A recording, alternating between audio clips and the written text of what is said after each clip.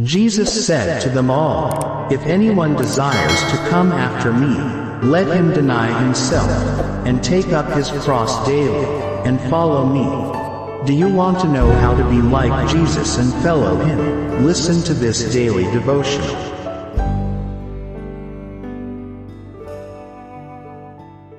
Nutritious diet important for intellectual vigor, October 5th. Daniel purposed in his heart that he would not defile himself with the portion of the king's delicacies, nor with the wine which he drank. Therefore he requested of the chief of the eunuchs that he might not defile himself. Daniel 1, verse 8. The human intellect must gain expansion and vigor and acuteness and activity. It must be taxed to do hard work, or it will become weak and inefficient.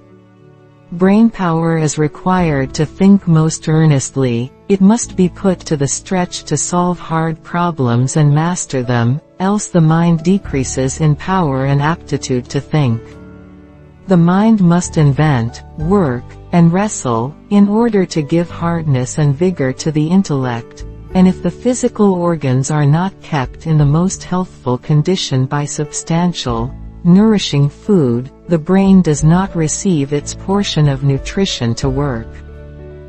Daniel understood this, and he brought himself to a plain, simple, nutritious diet, and refused the luxuries of the king's table. The desserts which take so much time to prepare are, many of them, detrimental to health. Solid foods requiring mastication will be far better than mush or liquid foods. I dwell upon this as essential. The intellect is to be kept thoroughly awake with new, earnest, wholehearted work. How is it to be done? The power of the Holy Spirit must purify the thoughts and cleanse the soul of its moral defilement.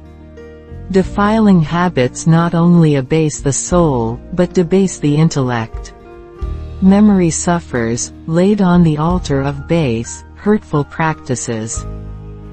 When teachers and learners shall consecrate soul, body, and spirit to God, and purify their thoughts by obedience to the laws of God, they will continually receive a new endowment of physical and mental power.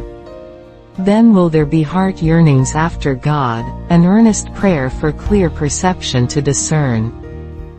Diligent study is essential, and diligent hard work. A well-balanced mind is not usually obtained in the devotion of the physical powers to amusements. Physical labor that is combined with mental taxation for usefulness is a discipline in practical life, sweetened always by the reflection that it is qualifying and educating the mind and body better to perform the work God designs us to do in various lines.